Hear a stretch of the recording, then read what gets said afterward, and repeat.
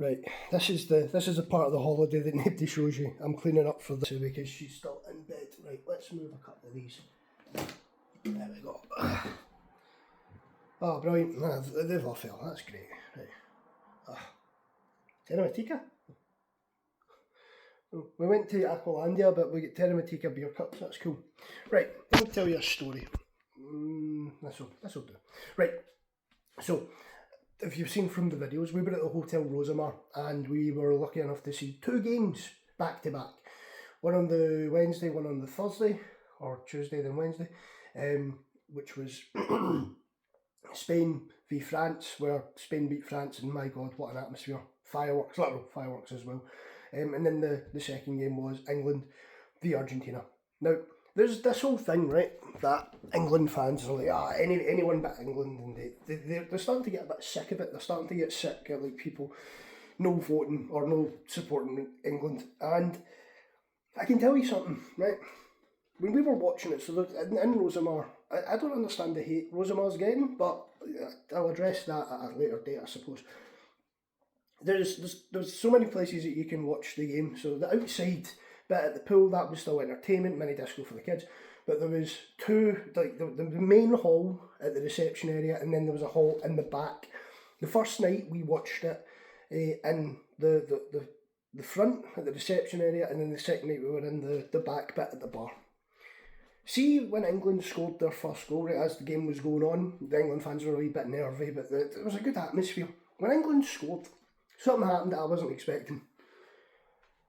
Spanish, there was actually a few Argentinian people there as well, and you know, obviously it was mixed, there's people on holiday. Everyone cheered. Everyone cheered for England. It was almost like everyone in that room was just happy to be there, and when England scored, everyone was cheering.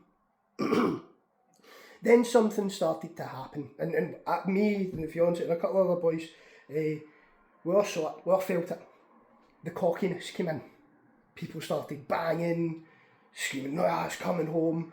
One guy, I don't know why he done it, I mean, alcohol probably, cockiness maybe, literally turned to the Spanish people and went, "You've got no chance against us in the final."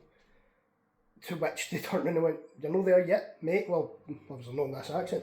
And I was like, that's it. That's it. You literally had that. The same people cheered, by the way, when England scored, and then they've got an England supporter basically talking down to them, even though they're not there yet. Then the song, "It's Coming Home," which, by the way, you've won it once. Do you know what I mean? Like, come on. You know, learn? No? Right, well, anyway, so after that, the England fans started getting cocky, and it was a minority. It's always the minority, right? But it's the few that spoil it for the many. And then they started banging and screaming, "It's coming home, it's coming home." So see the same people that cheered when England scored? Guess what happened? Exactly what happened, which should happen. They decided to, well, no, okay, well, you clearly aren't respectful of us, so cool. And then Tuchel made the signing, the changes. Now, I'm not a coach or anything like that, but I did say to the fiance, and I spoke to two of the boys that was next to us, when he made those changes, he put the nail in the coffin. It was still 1-0, but always knew, we all had that feeling. He changed the system. Yes, it was parking the bus. He was shitting the bed. He was doing a Steve Clark special. But he then changed the system. People that were doing well, he then puts fresh players on, but it's in a game where they're not caught up. And what happens? Space is created.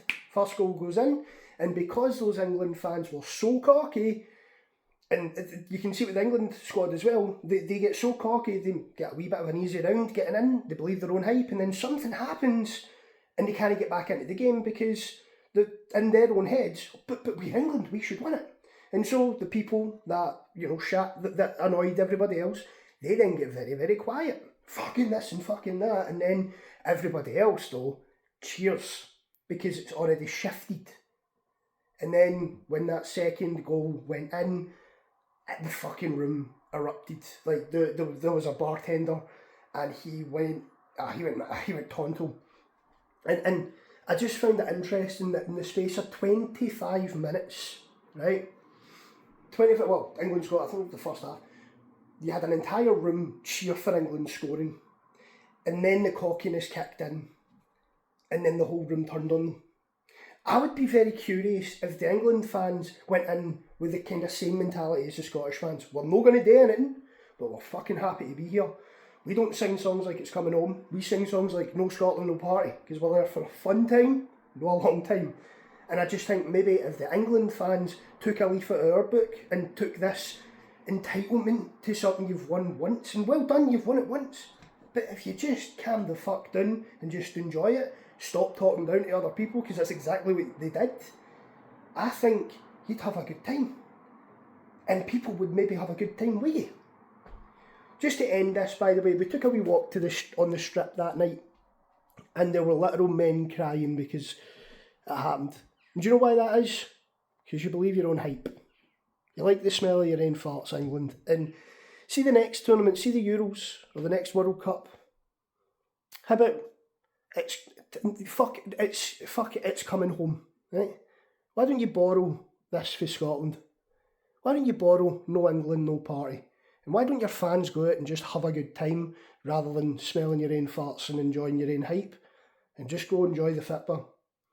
In England, if you're looking for a new coach, no worries. Scotland, if you're looking for a new coach, I'll be very cheap, I'll be very easy.